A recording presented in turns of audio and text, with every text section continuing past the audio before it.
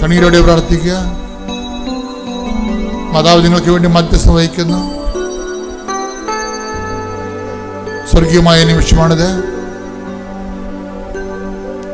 ചൊറി ചിരങ്ങ് കണ്ണിന് കാഴ്ചക്കുറവ്, ഇടത് കണ്ണിന് കാഴ്ചക്കുറവുള്ളവരെ കർത്താവ് സുഖപ്പെടുന്ന സന്ദേശമുണ്ട്. ചിരങ്ങ് ബാധിച്ചവരെ കർത്താവ് സുഖപ്പെടുന്ന സന്ദേശമുണ്ട്.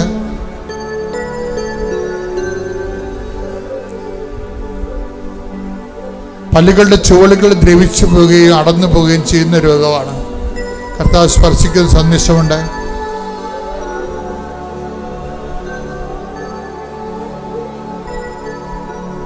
കാലിൻ്റെ തള്ളവരിൻ്റെ താഴെ പാദത്തിൻ്റെ വെള്ളയിൽ അസ്ഥി ഉന്തി നിൽക്കുന്ന വ്യക്തിയെ കർത്താവ് സുഖപ്പെടുത്തിക്കൊണ്ടിരിക്കുന്ന സന്ദേശമുണ്ട്.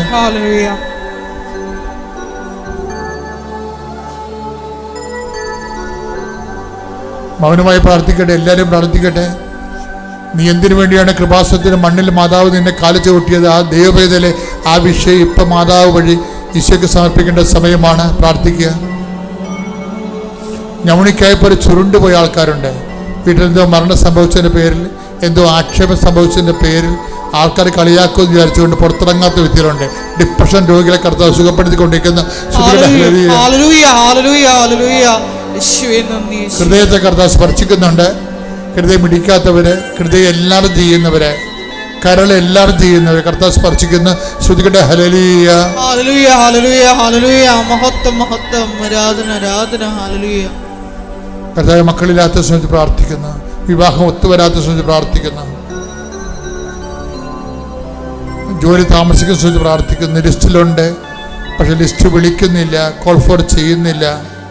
അങ്ങനെയുള്ളവരെ ശ്രമിച്ച് പ്രാർത്ഥിക്കുന്നു. പുതിയ പരീക്ഷ എഴുതാൻ പോകുന്ന ശ്രമിച്ച് പ്രാർത്ഥിക്കുന്നു. പരീക്ഷയുടെ റിസൾട്ട് പ്രതീക്ഷിക്കുന്ന ശ്രമിച്ച് പ്രാർത്ഥിക്കുന്നു. യേശുവിൻ്റെ ഡേറ്റ് കിട്ടാത്തവരെ ശ്രമിച്ച് പ്രാർത്ഥിക്കുന്നു. യാത്ര ഈ ആഴ്ചയിൽ നടക്കാൻ പോകുന്ന യാത്രകളെ സംബന്ധിച്ച് പ്രാർത്ഥിക്കും. വിദേശങ്ങളിലേക്കും മറ്റു സംസ്ഥാനങ്ങളിലേക്ക് യാത്രയുള്ളവരെ സംബന്ധിച്ച് പ്രാർത്ഥിക്കുന്നു. അവിടെ യാത്ര തടസ്സങ്ങളെ സംബന്ധിച്ച് പ്രാർത്ഥിക്കുന്നു. അവിടെ അക്കോമഡേഷനെ സംബന്ധിച്ച് പ്രാർത്ഥിക്കുന്നു. അവരുടെ ഭക്ഷണത്തെ സംബന്ധിച്ച് പ്രാർത്ഥിക്കുന്നു. അവർ കണ്ടുമുട്ടുന്ന വ്യക്തികളെ സംബന്ധിച്ച് പ്രാർത്ഥിക്കുന്നു. അവർ ആശങ്കപ്പെടുന്ന സാഹചര്യങ്ങൾ, ആശങ്കപ്പെടുന്ന സാഹചര്യങ്ങൾ, സ്ഥലങ്ങൾ എല്ലാം സംബന്ധിച്ച് പ്രാർത്ഥിക്കുന്നു. ദൈവത്തിന്റെ കരുണ അവരിലേക്ക് ആവശ്യിക്കുന്നു. ശ്രുതികട്ടെ. ഹല്ലേലൂയ, ഹല്ലേലൂയ, ഹല്ലേലൂയ, ഹല്ലേലൂയ. മഹത്വം, മഹത്വം, ഹല്ലേലൂയ, ഹല്ലേലൂയ, ഹല്ലേലൂയ. മൗനമായി പ്രാർത്ഥിക്കേണ്ട സമയമാണ്. രോഗമുള്ളിടത്ത് കൈകൾ വെച്ചുകൊണ്ട് പ്രാർത്ഥിക്കുക. ബ്രസ്റ്റ് ക്യാൻസർ ഉള്ളവർ, ഇടത് ബ്രസ്റ്റ് ക്യാൻസർ ഉള്ളവർ അവിടെ കൈകൾ വെച്ച് പ്രാർത്ഥിക്കുക. ഇപ്പോൾ കർത്താവ് നിങ്ങൾക്ക് സൗഖ്യം നൽകുന്ന സമയമാണ്. പതിലൊക്കെ നീര് വന്നിട്ട് നീര് കെട്ടിക്കിടക്കുന്ന സ്ഥലങ്ങളുണ്ട്. അങ്ങോട്ടും ഇങ്ങോട്ടും കൈ ചലിപ്പിക്കാനും അവയവങ്ങൾ ചലിപ്പിക്കാൻ പറ്റാതിരിക്കുന്ന രീതിയിൽ ഉള്ള സ്ഥലങ്ങളുണ്ട്. അവിടെ എല്ലാം കൈകൾ വെച്ചുകൊണ്ട് വിശ്വാസപ്രമാണം ചൊല്ലിക്കൊണ്ട് പ്രാർത്ഥിക്കട്ടെ. നിങ്ങൾക്ക് ഒരു സമയത്ത് സാക്ഷ്യം പറയാൻ കഴിയും.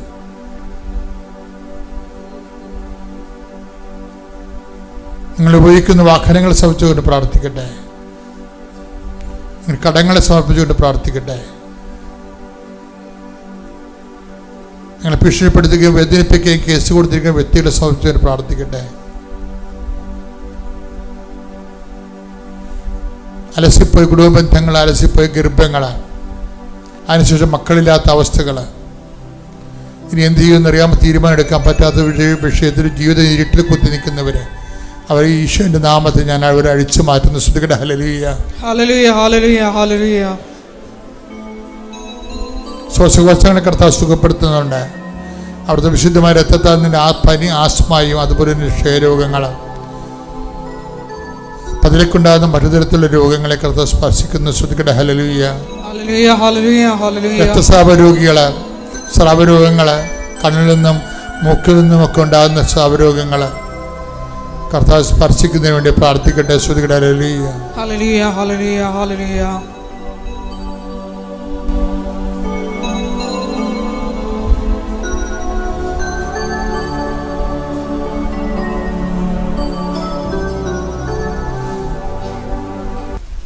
വ്യക്തിപരമായ ആവശ്യങ്ങൾക്ക് വേണ്ടി മൗനമായി പ്രാർത്ഥിക്കുക. സമാപന ആശീർവാദം.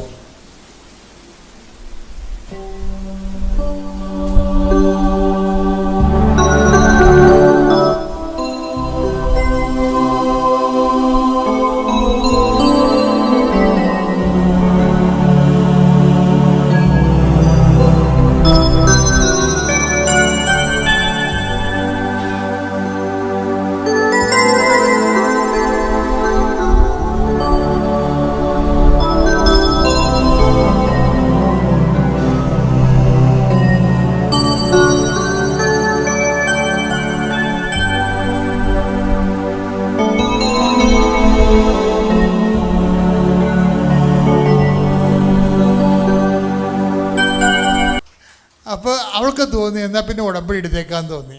ഉടമ്പടി എടുത്തു കഴിഞ്ഞിട്ട് ഇവർക്കുള്ള ഒരു ജ്വരം എന്ന് പറയണത് എപ്പോഴും സാക്ഷ്യം കേട്ടുകൊണ്ടിരിക്കും. സാക്ഷ്യം എന്ന് പറയണമെന്ന് വെച്ച് കഴിഞ്ഞാൽ വാതിലുകളാണ്. നിൻ്റെ ഒരു വാതിൽ ആ സാക്ഷ്യത്തിൽ എവിടെയെങ്കിലും ഉണ്ടാവും. ഏതെങ്കിലും ഒരു സാക്ഷ്യത്തിൽ ആ വാതിൽ തുറന്ന് കർത്താവ് നിൻ്റെ അടുത്തേക്ക് വരും, അല്ലെങ്കിൽ ആ വാതിൽ തുറന്ന് നീ കർത്താവിൻ്റെ അടുത്തേക്ക് പോകും. രണ്ടിലൊന്ന് സംഭവിച്ചിരിക്കും. സാക്ഷ്യത്തിൻ്റെ ഗുണം അതാണ്. അപ്പോൾ അശ്വതിക്ക് തോന്നി ബാങ്കിൽ പോയി ലോൺ ചോദിക്കണമെന്ന് തോന്നി. സത്യം പറഞ്ഞാൽ അവിടെ ഈ ലാഭം അവിടെ കെട്ടിടം കണ്ട ഒരു മനുഷ്യൻ ലോൺ കൊടുക്കത്തില്ല. കാണുമ്പോൾ പറയാം നമുക്കാരാണ് ലോണ് തരണത്? പാപി ചന്ദനം പാതാളം എന്ന് പറഞ്ഞ പോലെ ഓരോരുത്തരും ആൾക്കാർ മനസ്സിടിഞ്ഞ് കിടപ്പുണ്ടേ. അശ്വതി അങ്ങനെ ഒരു സംഭവമായിരുന്നു. പക്ഷെ ഉടമ്പടി എടുത്തപ്പോൾ ഇവർ എംപവറായി. ഇവർക്ക് ഏത് മാനേജറിൻ്റെ അടുത്തും പോയി ചോദിക്കാനുള്ള ചങ്കൂറ്റം മാതാവ് കൊടുത്തു. മാതാവിന് പണ്ട് ചങ്കൂറ്റമുള്ള കൂട്ടത്തിലുള്ളതാണ്. അതുകൊണ്ടല്ല ഒരു കുറേ ഇറച്ചിയുടെ മകൻ്റെ ചോര ചവിട്ടി ആള് തല പുകഞ്ഞ് താഴെ പോകാതെ മര്യാദക്ക് നിൽക്കണം കണ്ടില്ലേ? 3 മണിക്കൂറാണ് നിന്നത്. കുരിശിൻ്റെ ചുവട്ടിൽ ആ മാതാവ് നിന്നത് 3 മണിക്കൂറാണ്. ഇത്തിരി കൂടിയ പുള്ളിയാണ്. അപ്പോൾ ആ ആളിൻ്റെ ഒരു ആത്മീയ ആവേശനം വന്നു കഴിഞ്ഞാൽ നിനക്ക് ആത്മധൈര്യം ഉണ്ടാവും ഉടനെ. ആശുപത്രിയിൽ പോയി മാനേജറോടത്ത് ഞാൻ ചോദിച്ചു, മാനേജറെ ഇന്ന ലോണുണ്ടല്ല, ഞാൻ ഈ ചെറിയൊരു വ്യവസായം ചെയ്യുന്ന ആളാണ്, ബിസിനസ് ചെയ്യുന്ന ആളാണ്, അപ്പോൾ അതുകൊണ്ട് എനിക്ക് ഇതിന് അപ്ഡേറ്റ് ചെയ്യണം. അത് ഞാൻ അപ്ഡേറ്റ് ചെയ്താലേ ആൾക്കാർ വരത്തുള്ളൂ. എനിക്ക് പുതിയ ഉപകരണങ്ങൾ വാങ്ങിക്കണം. എനിക്ക്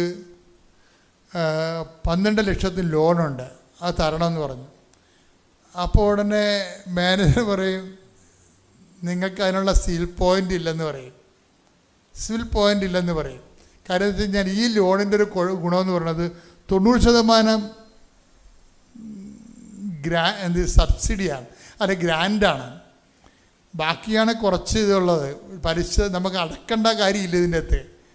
അപ്പോൾ ഈ ലോണ് നിങ്ങൾക്കറിയാമല്ലോ, ബാങ്കിലൊക്കെ ഇങ്ങനെയുള്ള ലോണെന്ന് പറയുമ്പോൾ അവർ അഡ്ജസ്റ്റ്മെൻറ്റ് ലോണാണ്. അവരുടെ ആൾക്കാർക്കൊക്കെ അവർ ഒപ്പിച്ച് കൊടുക്കണമെന്നല്ലാതെ അതിൻ്റെ അകത്ത് എല്ലാവരും ഉണ്ടാവും. പാർട്ടിക്കാരും ഉണ്ടാവും, ബാങ്ക് മാനേജറും ഉണ്ടാവും, ബോർഡ് മെമ്പേഴ്സും ഉണ്ടാവും. അവർക്ക് കളി അറിയാവുന്നതുകൊണ്ട് അവരുടെ ചിറ്റപ്പന്മാർക്ക് അങ്കിൾമാർക്കൊക്കെ ഇത് സാധനം കിട്ടും, അങ്ങനെ കിട്ടും. അതാണ് ഇതിൻ്റെ രീതികൾ. എല്ലാ ബാങ്കും അങ്ങനെയാണെന്നൊന്നും ഞാൻ പറയണില്ല. പക്ഷെ ലോകത്തിൻ്റെ അവസ്ഥ നിങ്ങൾ മനസ്സിലാക്കണം. ഗവൺമെൻറ് പൂർവ്വ ഇതുപോലെ ഉണ്ട്, ഒത്തിരിയേറെ ഷെഡ്യൂളുണ്ട്. പക്ഷേ അതായത് നമ്മൾ ചെല്ലുമ്പോൾ നമുക്കത് തുറന്ന് കിട്ടത്തില്ല. പക്ഷെ നമ്മൾ മാതാവിനെ വിളിച്ചുകൊണ്ടാണ് പോകണമെങ്കിൽ, അതുകൊണ്ട് ഇവളുടെ ഒരു പരിപാടി എന്ന് പറഞ്ഞത് എവിടെ പോയാൽ ഉപ്പെടുത്തിടുവോള്. ആദ്യം തന്നെ ചെയ്യണത് എന്താണ്?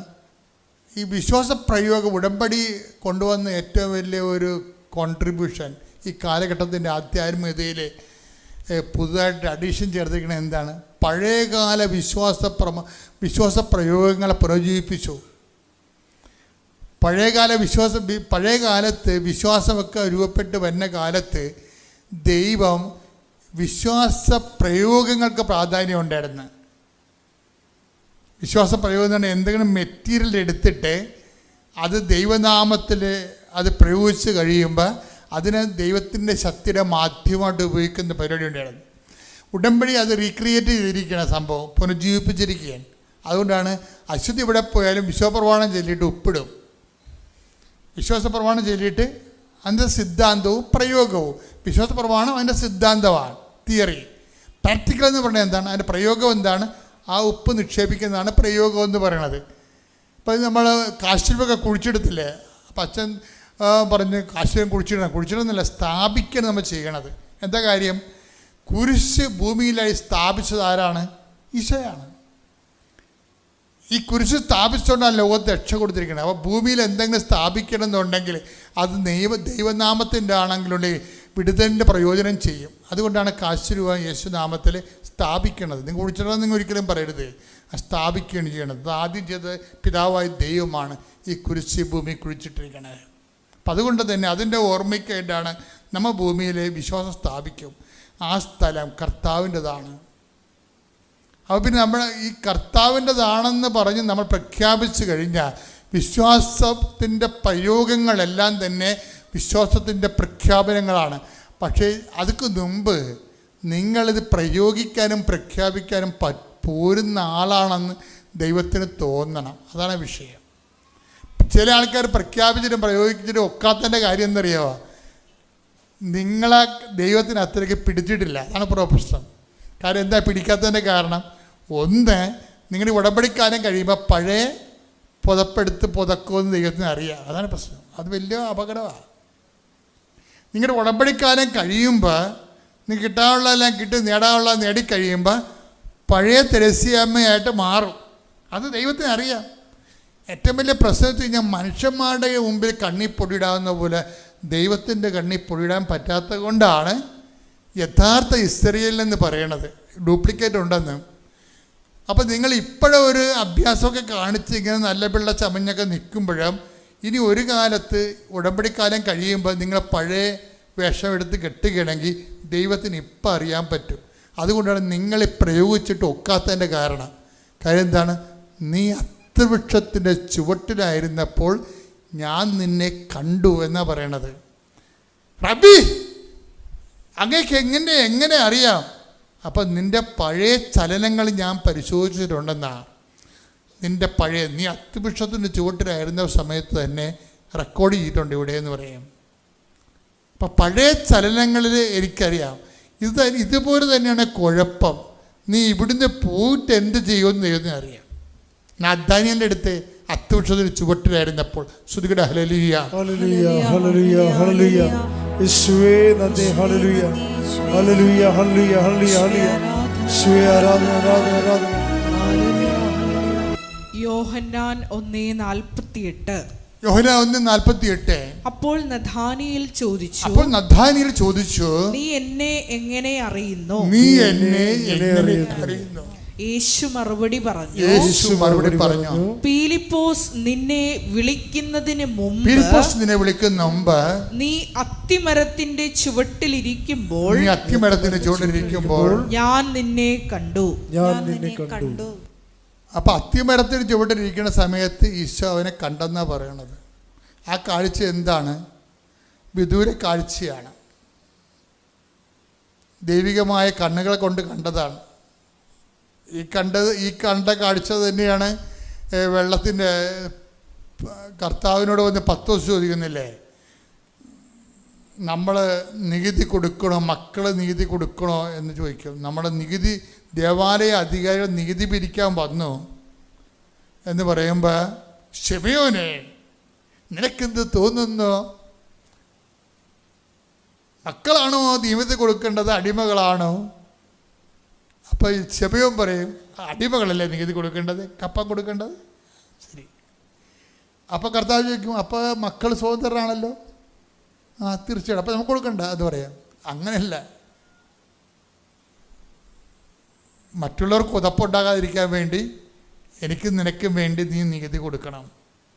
എന്തിനു കൊടുക്കണം? നീ കടലിൽ പോയി ചൂണ്ടയിടണം, ഒരു മത്സ്യം കിട്ടും. ഞാൻ ഇസ്രയേലിൽ ചെന്നപ്പോൾ അവിടെ പീറ്റേഴ്സ് ഫിഷ് എന്ന് പറഞ്ഞൊരു ഫിഷുണ്ട്. നമ്മുടെ കരിമീൻ പോലെ ഇരിക്കും. അതാ ഗലീല കടലിൽ ഒത്തിരി ഉള്ളതാണ്. ഒരെണ്ണത്തിന് 700 രൂപയാണ് വില.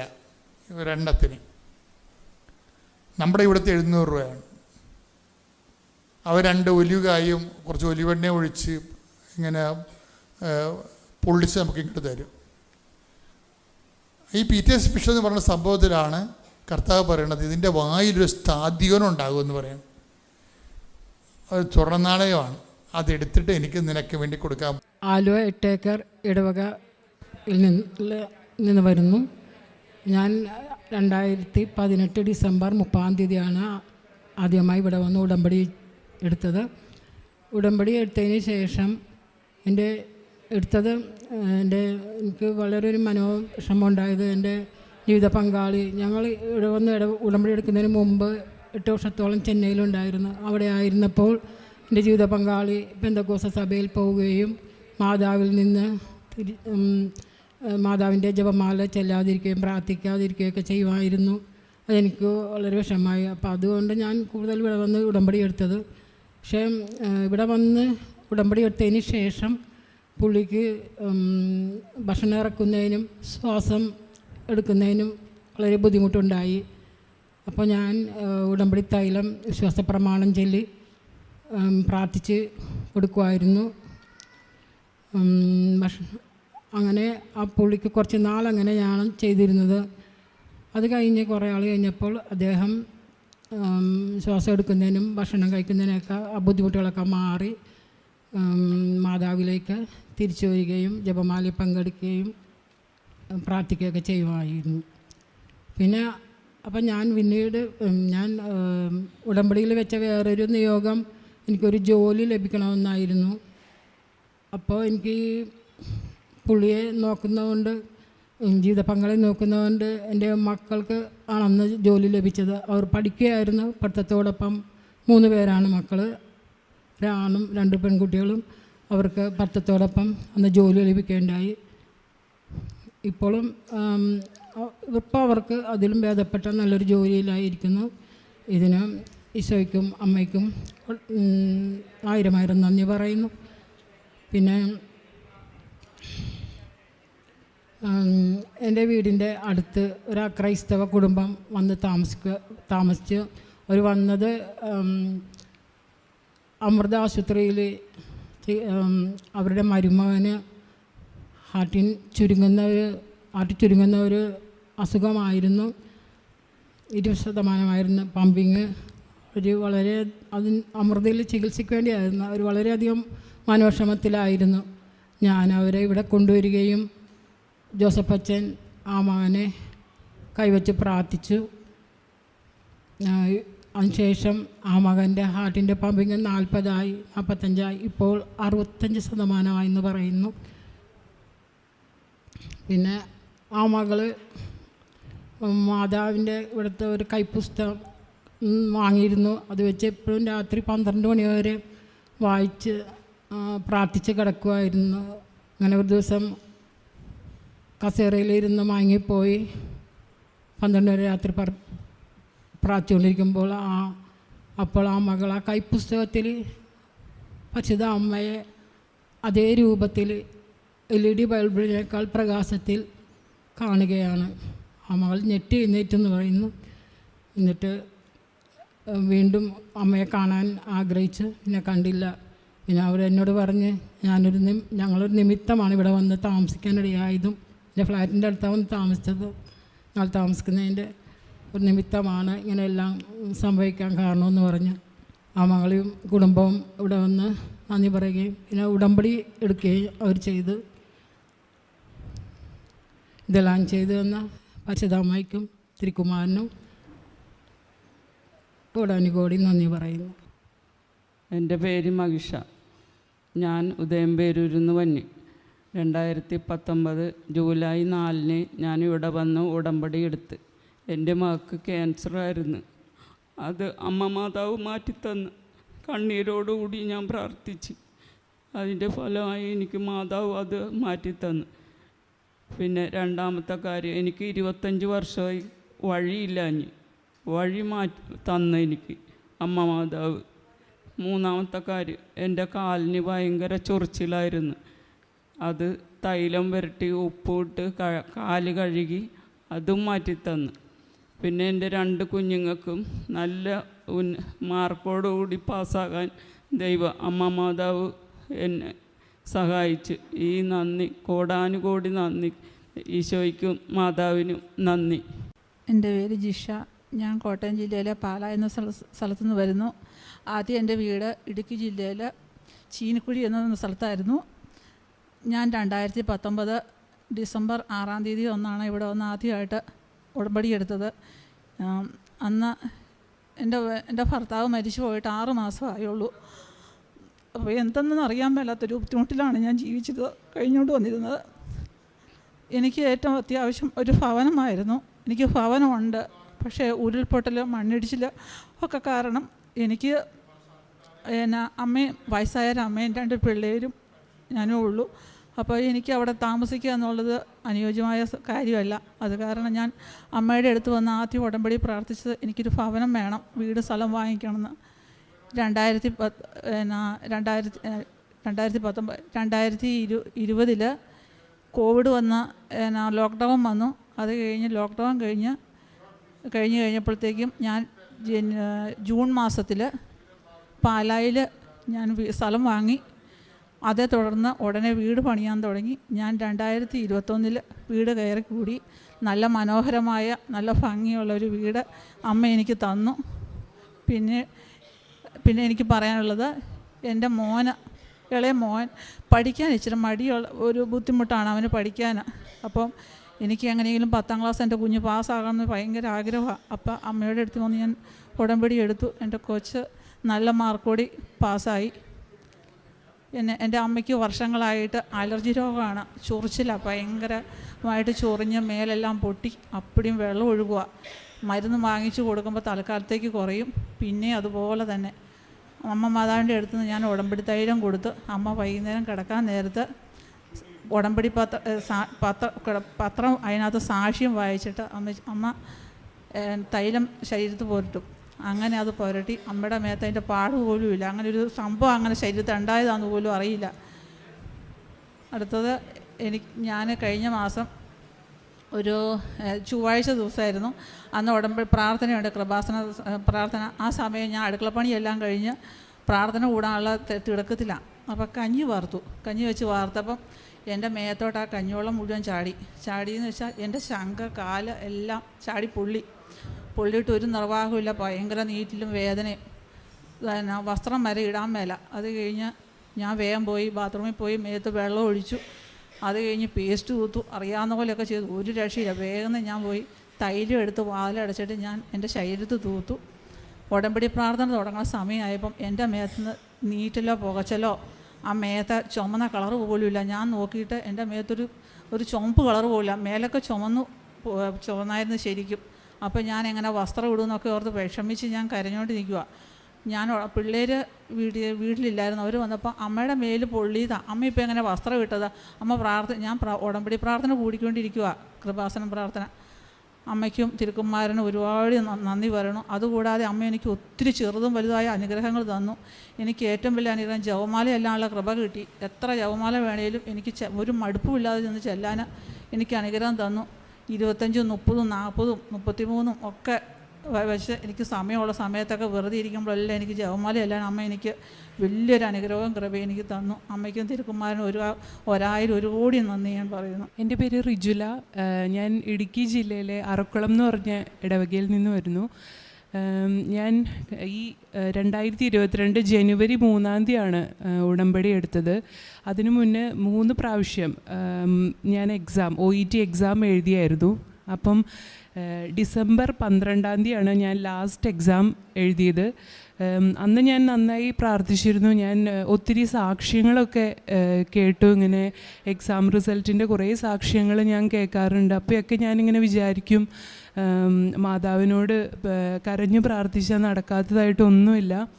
അപ്പം ഞാൻ പ്രാർത്ഥിച്ചു. ഡിസംബർ 12-ാം തീയതി എനിക്കിവിടെ വരാൻ പറ്റിയില്ല ഉടമ്പടി എടുക്കാനായിട്ട് ആ സമയത്ത്. അപ്പം ഞാൻ മനസ്സിൽ പ്രാർത്ഥിച്ചു, എനിക്ക് റിസൾട്ട് നന്നായി കിട്ടിക്കഴിഞ്ഞ് ഞാൻ ഉറപ്പായിട്ടും ഇവിടെ വന്ന് മാതാവിൻ്റെ അടുത്ത് സാക്ഷ്യം കൊടുക്കും. മാതാവ് എനിക്കത് വാങ്ങിച്ചു തരും എന്നുള്ള ഉറപ്പിൽ ഞാൻ എക്സാം എഴുതി. പിന്നെ ജനുവരി 3-ാം തീയതിയാണ് ഞാൻ ഉടമ്പടി എടുക്കാനായിട്ട് എനിക്കിവിടെ വരാൻ പറ്റി. ഞാൻ ഉടമ്പടി എടുത്തു. പിന്നീട് ജനുവരി 12-ാം തീയതിയാണ് എൻ്റെ റിസൾട്ട് വന്നത്. എനിക്ക് അറിഞ്ഞൂടെ, എക്സാം എനിക്ക് നല്ല ടഫായിരുന്നു. എന്നാലും മാതാവിനോടുള്ള വിശ്വാസത്തിൽ ഞാൻ പ്രാർത്ഥിച്ചു. ഉടമ്പടിയൊക്കെ പ്രാർത്ഥിച്ച് എല്ലാ ദിവസവും പ്രാർത്ഥിച്ചു. ജനുവരി 12-ാം തീയതി റിസൾട്ട് നോക്കാൻ തന്നെ ഭയങ്കര പേടിയായിരുന്നു. പക്ഷേ മാതാവ് എന്നെ കൈവിട്ടില്ല. ബ്രാൻഡ് B കിട്ടി എനിക്ക്. UK അല്ലെങ്കിൽ അയർലൻഡ് സ്കോർ കിട്ടി. മാതാവ് എന്നെ വിജയിപ്പിച്ചു.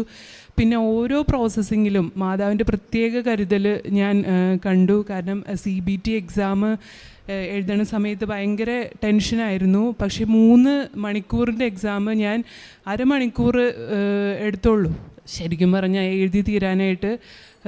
വലിയൊരു അനുഗ്രഹം മാതാവ് ആ ഇതിൽ എനിക്ക് തന്നു. 1/4 മണിക്കൂറിൽ ഞാൻ എക്സാം എഴുതി പുറത്തു വന്നു. നല്ല മാർക്കോടുകൂടി CBT എക്സാമും പാസ്സായി. പിന്നെ ജൂലൈ 8-ാം തീയതി എനിക്ക് നാളത്തെ കഴിഞ്ഞ് പോകാനുള്ള എല്ലാ കാര്യങ്ങളും മാതാവ് എനിക്ക് ശരിയാക്കി തന്നു. UK ജോലിയും കിട്ടി, വിസ എല്ലാം ശരിയായി. എല്ലാം മാതാവിൻ്റെ പ്രത്യേക അനുഗ്രഹം കൊണ്ട് മാത്രമാണ്. 1000 നന്ദി. എൻ്റെ പേര് ലിസി ബെന്നി, ഭരണങ്ങാനത്ത് നിന്ന് വരുന്നു.